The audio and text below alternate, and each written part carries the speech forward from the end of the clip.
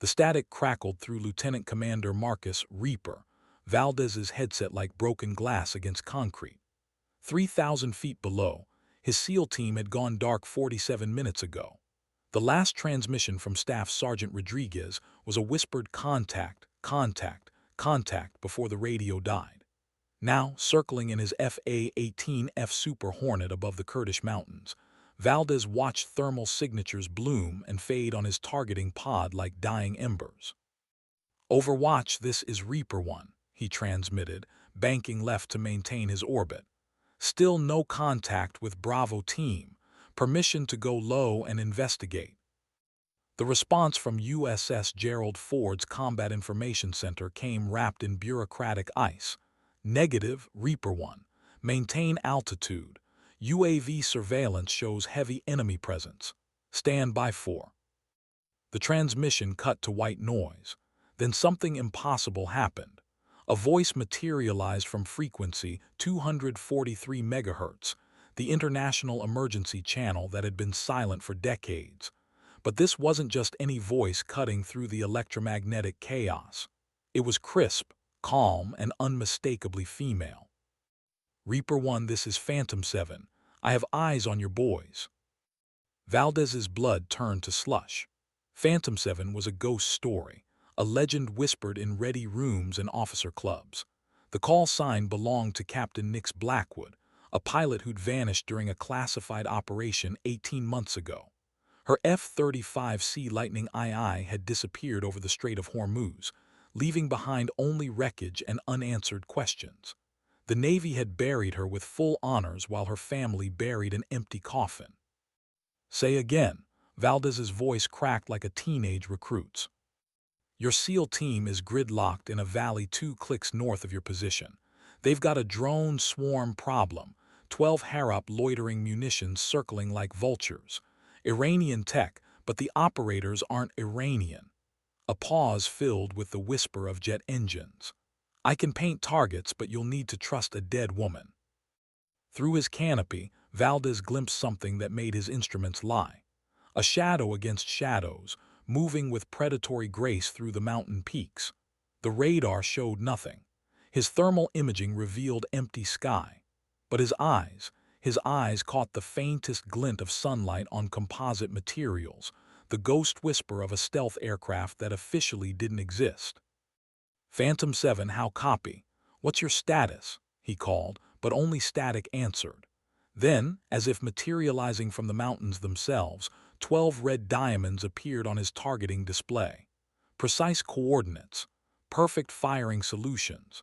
A gift from a woman who should have been decomposing in a cemetery in Virginia Beach, not painting targets in hostile airspace with equipment that had supposedly been destroyed. The ghost frequency crackled once more.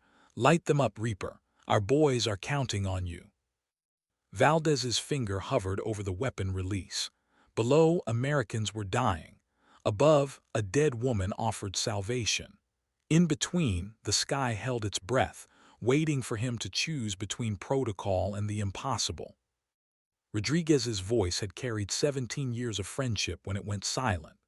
Staff Sergeant Miguel Rodriguez, who'd pulled Valdez from a burning Humvee in Fallujah, who'd stood as best man at his wedding, who'd held his daughter at her baptism with hands scarred from 1,000 operations. Now those same hands were probably clutching an M4 carbine, while Iranian drones circled overhead like mechanical angels of death.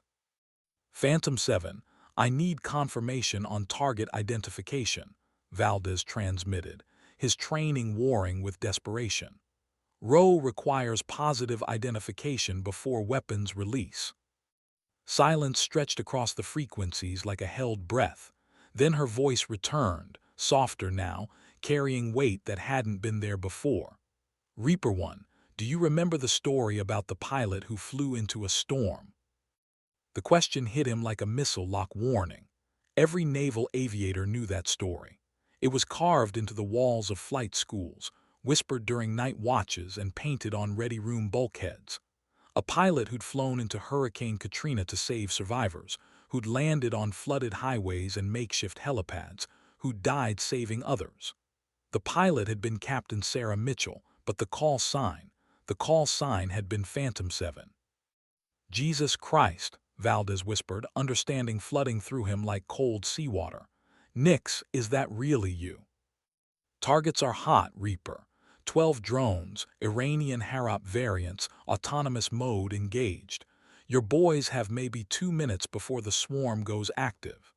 Her voice carried the steady cadence of someone who'd already accepted the impossible. I'm painting with laser designation now. Through his targeting pod, Valdez watched invisible beams lance down from empty sky, 12 red dots blooming on his display like drops of blood on snow. The coordinates were perfect, mathematical in their precision. Each target illuminated with the accuracy that only came from close observation, from someone who was there, watching, waiting. "How are you alive?" he asked.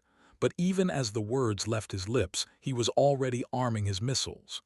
Training took over.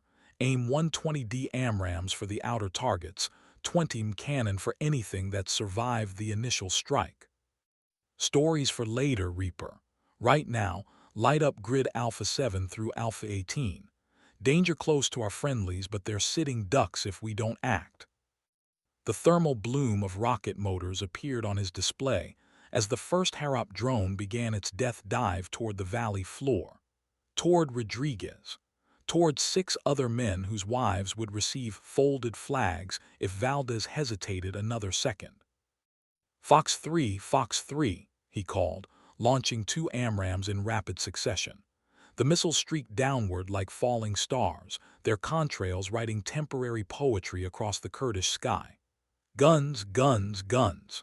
The 20 M61A2 Vulcan cannon thundered, brass casings tumbling through the thin mountain air like golden rain. Below, flowers of fire bloomed where drones had been. But even as he celebrated the kills, Valdez's blood ran cold. Because in his peripheral vision, he'd caught something impossible. The silhouette of an F-35C Lightning II climbing away from the mountains, its outline wavering like a heat mirage, there and gone again. A ghost in a ghost plane, saving the living. The static cleared from the emergency frequency like morning fog burning away under desert sun. When Rodriguez's voice finally crackled through Valdez's headset, it carried the exhausted relief of a man who'd stared death in the face and lived to tell about it. Reaper 1, this is Bravo 7. I don't know what kind of angel you got watching over us, but that was some premium air support. Rodriguez's Boston accent had never sounded so beautiful. Drone swarm is neutralized. We're moving to extract LZ now. Copy Bravo 7.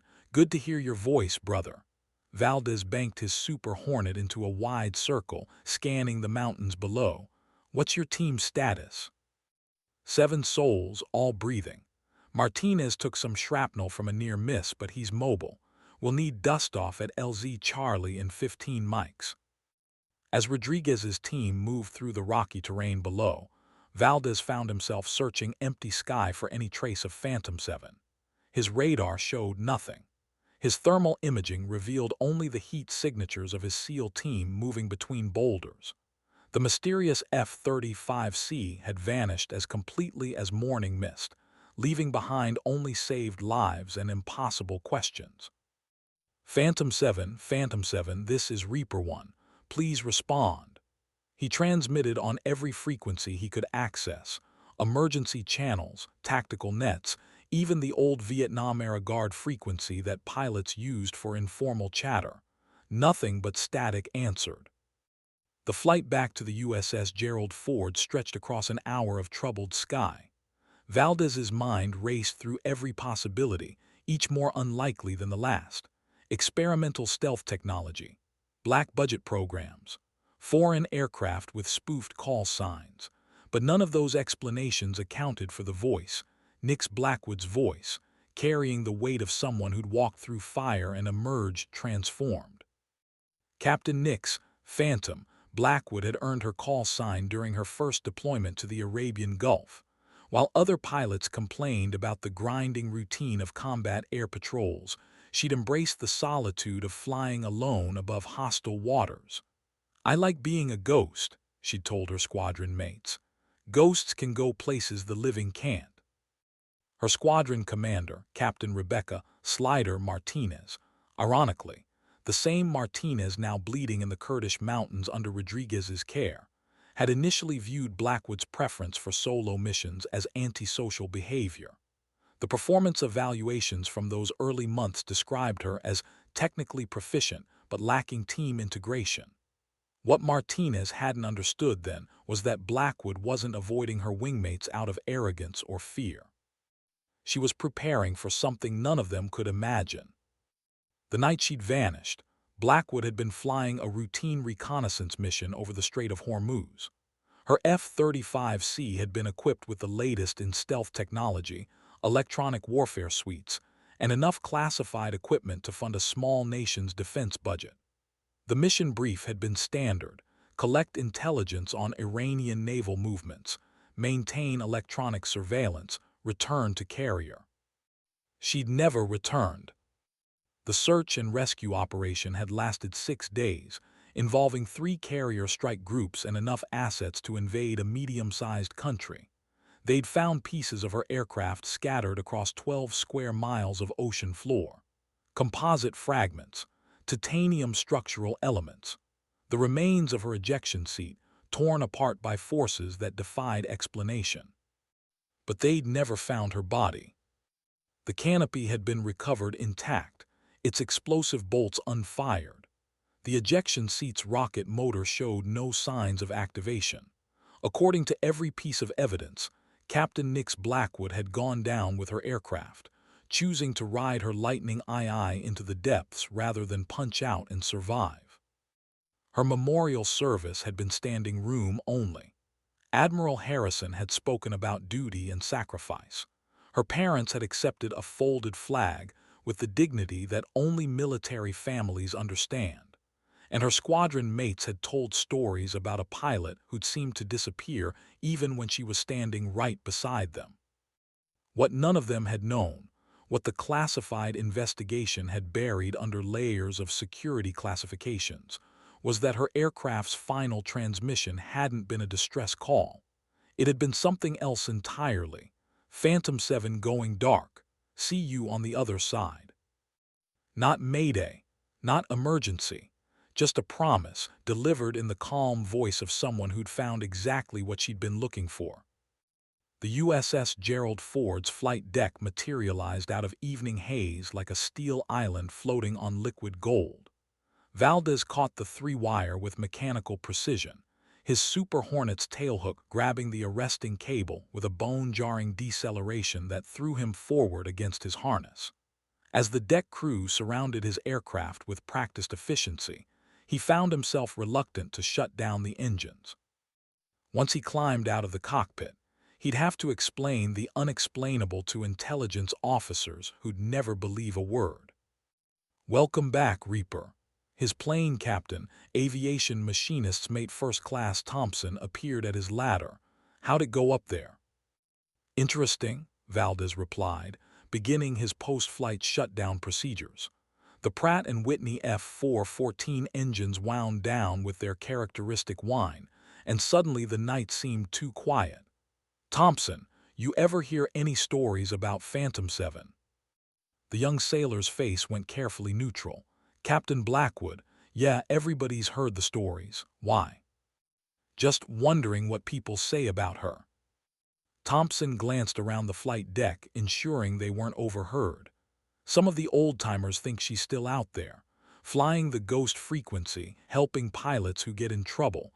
Sounds like bullshit to me, but," he shrugged, "lot of weird stuff happens out here, sir, especially at night."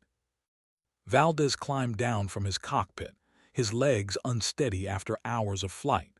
The familiar smells of the carrier, jet fuel, saltwater, hot metal, should have been comforting. Instead, they felt like anchors dragging him back to a reality that suddenly seemed less real than the impossible voice on the emergency frequency. "Sir," Thompson's voice carried genuine concern, "you look like you've seen a ghost." The irony wasn't lost on him. "Maybe I have, Thompson, maybe I have." The debriefing room in the carrier's intelligence section, felt like an interrogation chamber wrapped in beige paint and fluorescent lighting. Commander Sarah Walsh, the ship's intelligence officer, sat across from Valdez with a digital recorder between them like an electronic confession booth. Her expression mixed professional skepticism with genuine curiosity as she reviewed his initial report. "Let me make sure I understand this correctly, Lieutenant Commander," she began, her pen tapping against her notepad in a rhythm that matched the carrier's subtle motion through the waves. "You received tactical guidance from an unidentified aircraft using Captain Blackwood's call sign. This aircraft painted targets that resulted in successful engagement of hostile drones, saving the lives of SEAL Team Bravo 7. "That's correct. And this aircraft appeared on none of your sensors, radar, thermal, electronic warfare suites, despite being close enough to provide precision laser designation." "Also correct." Walsh leaned back in her chair, studying his face for any sign of deception or mental strain. Combat pilots sometimes experienced auditory hallucinations during high-stress situations. Radio frequencies could carry conversations from hundreds of miles away under the right atmospheric conditions. Equipment malfunctioned. Men saw what they needed to see, heard what they needed to hear. "Marcus," she said, dropping the formal tone, "we've flown together for 6 years. I know you're not prone to flights of fancy, but what you're describing," she gestured at the report, "it's not possible." "I know how it sounds." Valdez's voice carried the weight of a man trying to convince himself as much as his audience. "But Rodriguez and his team are alive because someone, something, provided target designation at the exact moment they needed it.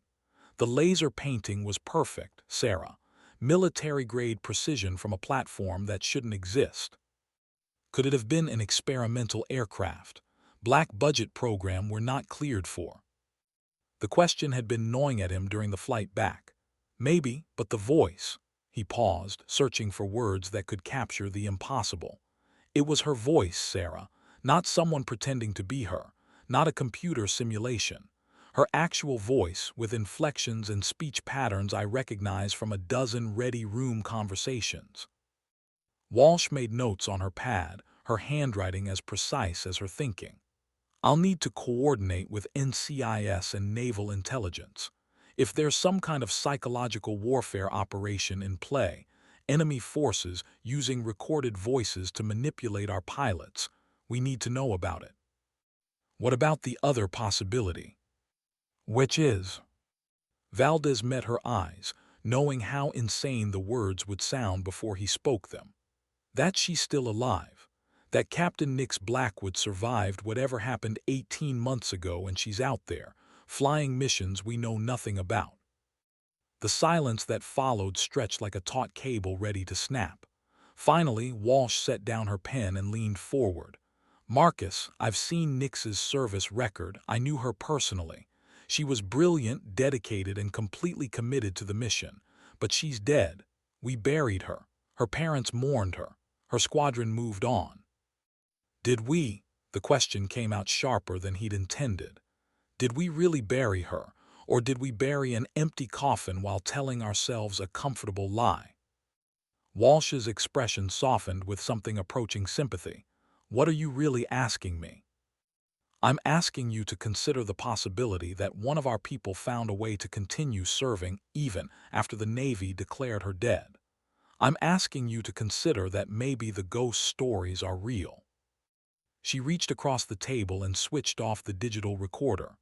"Off the record, I've heard whispers, pilots reporting guidance from unknown sources, near misses that should have been catastrophic accidents prevented by warnings that came from empty sky, always on the emergency frequency, always with her call sign."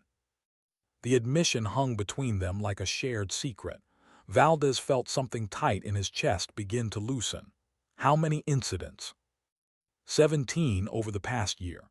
Different theaters, different aircraft types, different pilots, but always the same pattern: American forces in extremis, receiving assistance from Phantom 7. Walsh picked up a manila folder from beside her notepad.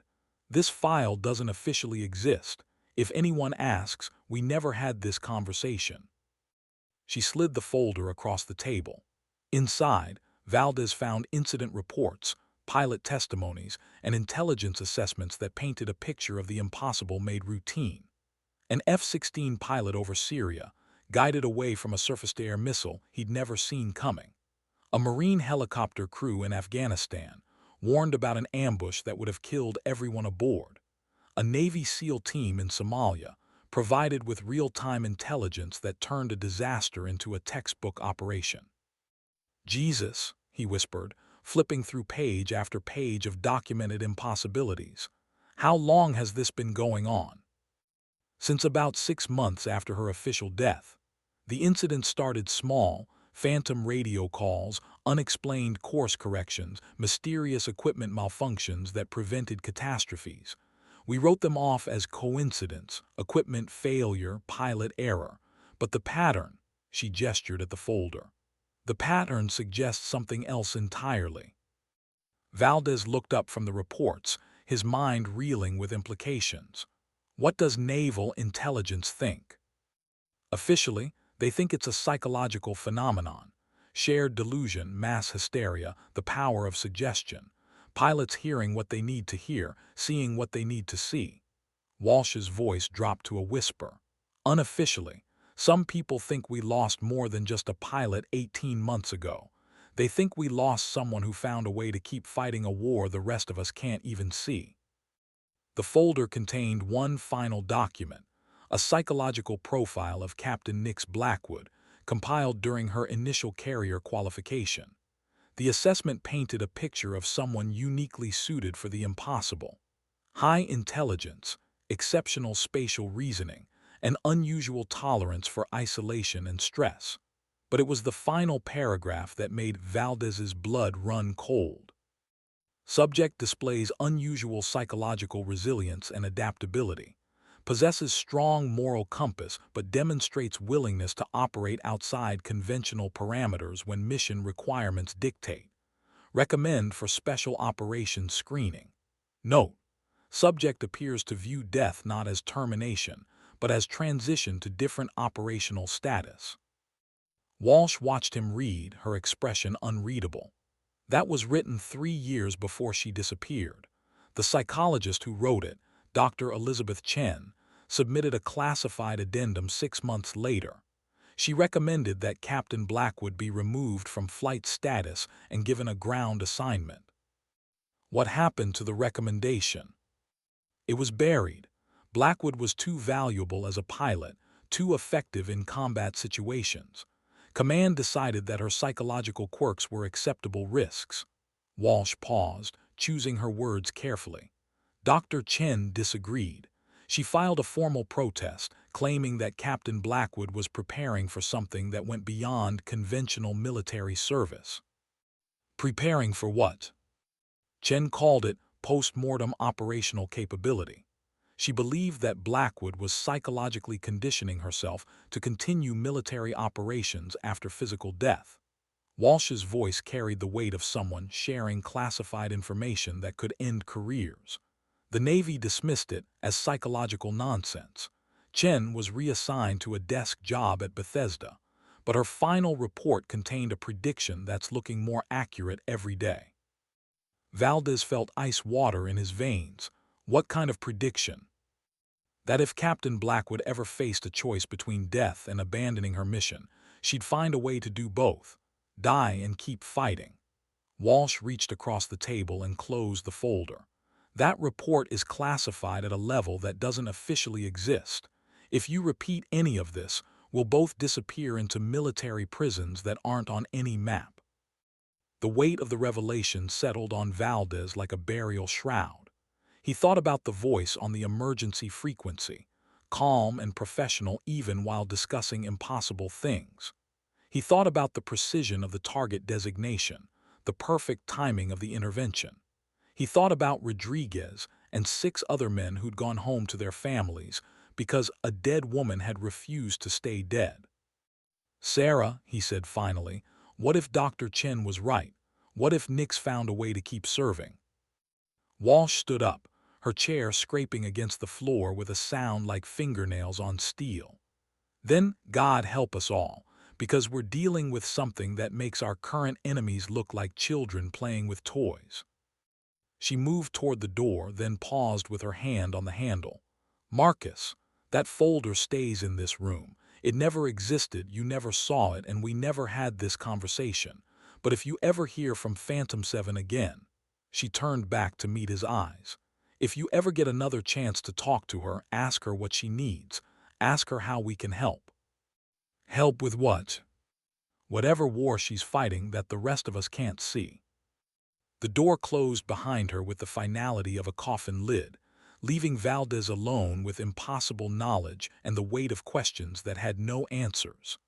Outside, the carrier's flight operations continued their eternal rhythm, aircraft launching and recovering, pilots living and dying, the machinery of war grinding forward without pause or mercy. But somewhere in the darkness beyond the flight deck, in frequencies that shouldn't exist in aircraft that defied detection, Captain Nix Blackwood continued her mission. Death had not ended her service. It had simply changed her operational parameters. The ghost frequency crackled with static, waiting for the next time American lives hung in the balance, and the impossible became necessary. 2 weeks later, the frequency would speak again.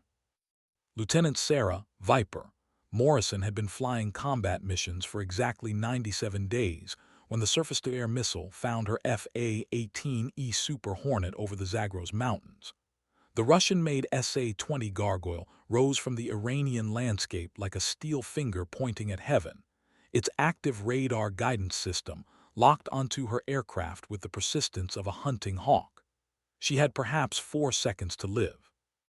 Missile, missile, missile, she screamed into her radio, throwing her Hornet into a defensive spiral that pressed her body against her ejection seat with crushing force.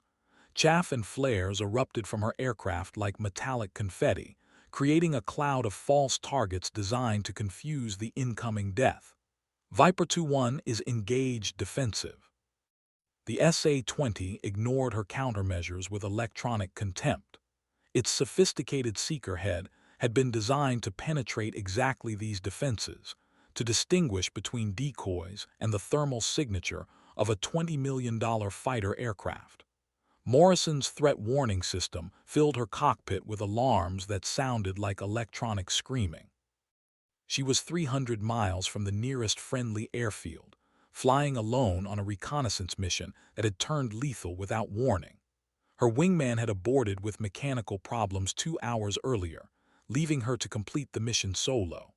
Standard operating procedure called for mission termination in case of single aircraft operations, but the intelligence requirements had been classified as critical. American lives depended on the photographs locked in her aircraft's reconnaissance pod. Now those same American lives would have to find another way to survive, because Morrison was about to become a statistic in someone's classified after-action report. The missile's proximity fuse detonated 50 feet from her aircraft, filling the sky with expanding shrapnel that turned her Hornet's right engine into scrap metal and shredded her flight controls. Hydraulic fluid, the lifeblood of modern aircraft, poured from severed lines like arterial bleeding. Her right wing folded upward at an impossible angle, transforming her fighter into a falling brick with 20,000 pounds of thrust. Mayday, mayday, mayday. Morrison's voice carried the controlled panic of someone who trained for this moment but never believed it would come. Viper 2-1 is hit and going down. Grid square. She fought to read her GPS coordinates while the mountain spun below her like a kaleidoscope of death. Grid square Papa Delta 479er, I'm punching out. Her hand closed around the ejection seat handle, a yellow and black striped lever that would either save her life or break her spine. The Martin Baker ejection seat had successfully extracted pilots from aircraft for 60 years, but statistics were meaningless when you were riding a crippled fighter toward mountainous terrain at 400 knots. She pulled the handle. Nothing happened. The ejection seat's rocket motor had been damaged by the same shrapnel that destroyed her engine. Morrison found herself trapped in a coffin of composite materials and titanium, riding her aircraft toward the rocky slopes of the Zagros Mountains with the detached calm that came from accepting the inevitable. That's when the impossible voice cut through the static on the emergency frequency. Viper 2-1, this is Phantom 7. I have you in sight. Morrison's blood turned to liquid nitrogen. Every pilot in the fleet knew the stories about Phantom 7, the ghost on the radio who appeared when American aircrew faced impossible situations. She dismissed the tailies as wishful thinking and ready-room mythology, the kind of supernatural comfort blanket that warriors had always created to make sense of random survival. Now, with her aircraft disintegrating around her and the ground rushing up to meet her, mythology felt like the only thing between her and death. Phantom 7, Viper 2-1, she gasped, fighting to control her damaged aircraft with a stick that responded like wet rope. My ejection seat is non-functional. I'm going in hard. Negative, Viper. You're going to live through this. The voice carried absolute authority, the kind of certainty that came from someone who'd stared death in the face and negotiated favorable terms. I need you to level your wings and reduce power to military thrust. Can you do that? Morrison's training warred with desperation. Everything she'd learned about emergency procedures screamed against taking orders from an unidentified voice on an impossible frequency. But her instruments showed only one engine operating. Her flight controls were barely responsive, and the ejection seat that should have saved her life had become her tomb. Reducing power, she replied, pulling back on her throttles until her remaining engine settled into a steady howl. Wings level. Phantom 7, I don't see you on radar. You won't, but I see you, and I see a landing strip you can't see yet. A pause filled with the whisper of jet engines that belonged to no aircraft Morrison could identify. 2 clicks ahead, bearing 090. It's going to look impossible, but you're going to make it.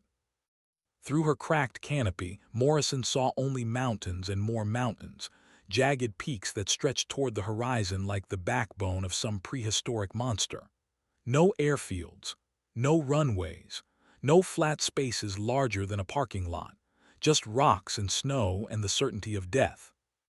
Phantom 7, I don't see anything that looks like a landing strip. Trust me, Viper, I've walked this path before. The words carried weight that went beyond their literal meaning. Morrison found herself following heading 090 despite every instinct screaming against it. Her crippled Hornet limped through the thin mountain air, bleeding hydraulic fluid and electrical power, held aloft by physics and faith in equal measure. Then she saw it. Between 2 towering peaks, hidden in a valley that shouldn't have existed according to her charts, lay a strip of relatively flat terrain. It was too short for a conventional landing, too rough for anything except emergency use. But it was there, a lifeline thrown to her by geography and the impossible voice on the radio. Phantom 7, I see it, but it's too short. I'll never stop in time. Yes, you will. Drop your landing gear and flaps now, everything you've got. Morrison's hand moved to the landing gear handle without conscious thought. The gear dropped with mechanical precision despite her aircraft's damage, 3 wheels extending into the slipstream like landing feet reaching for solid ground.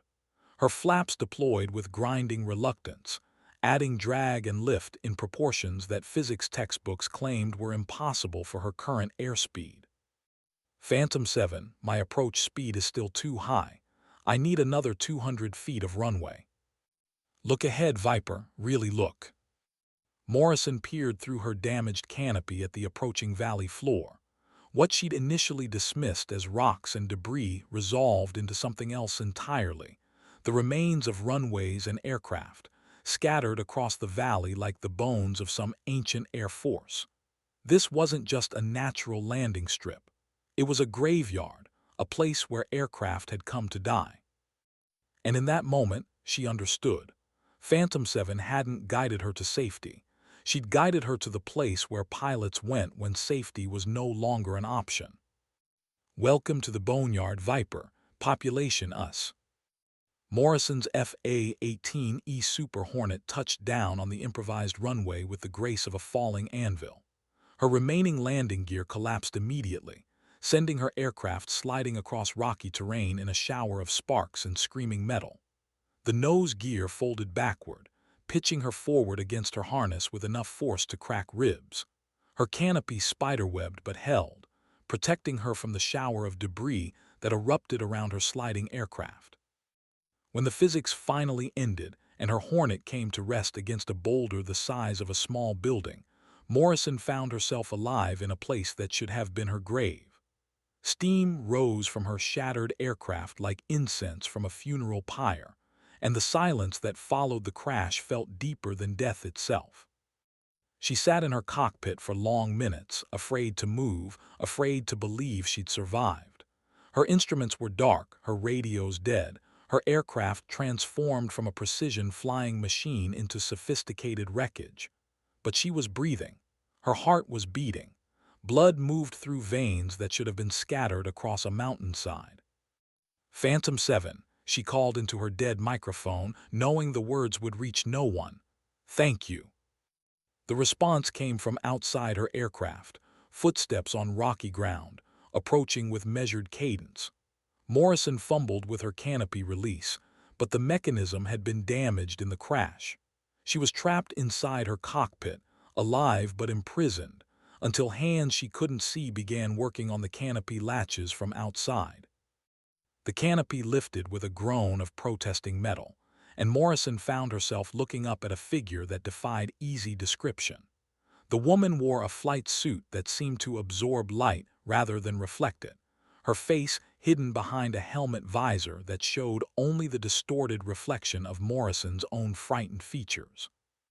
But even through the anonymizing equipment, Morrison recognized something about her rescuer's bearing, the way she moved with economy and purpose, the way she held herself like someone accustomed to impossible situations.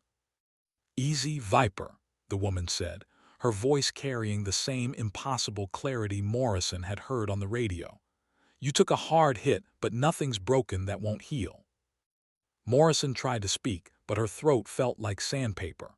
The woman, Phantom 7, it had to be, reached into the cockpit and helped her unbuckle her harness with hands that moved with medical precision.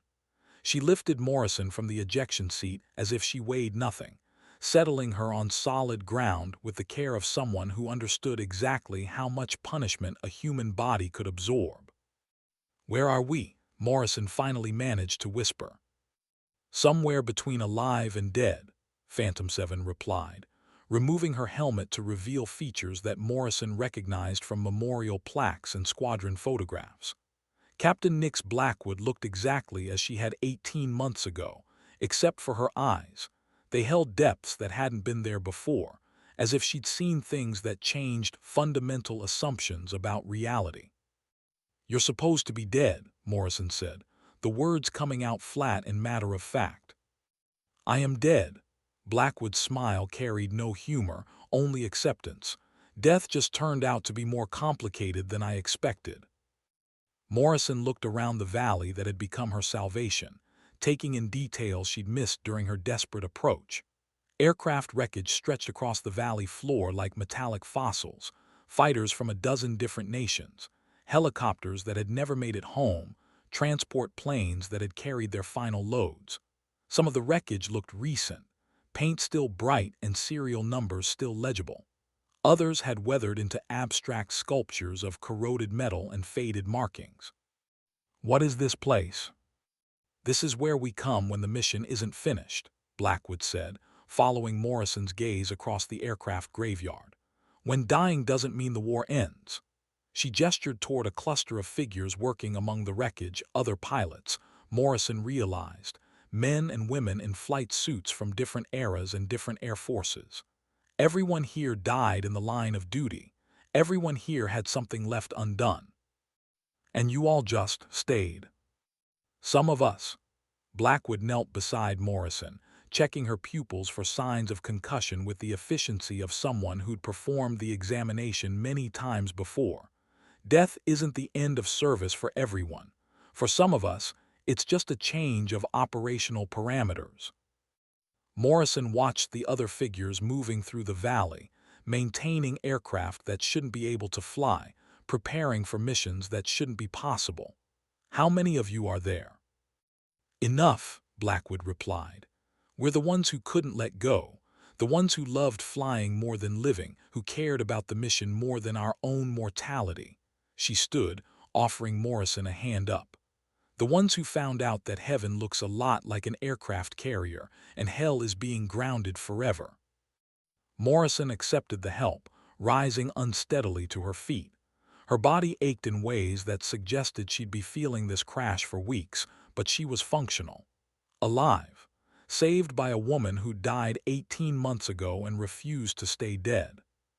What happens now? She asked. Now you have a choice. Blackwood gestured toward the valley entrance, where Morrison could see a path leading back toward the world of the living. You can walk out of here.